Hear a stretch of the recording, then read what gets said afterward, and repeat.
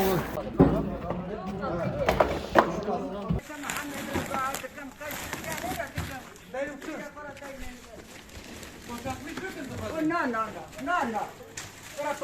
Alla mala sare jana te bine fabriche viechi te bine te onderdan de karibus sare vallahi şefs beni cadayina amin Allah hayra ve kabul ki.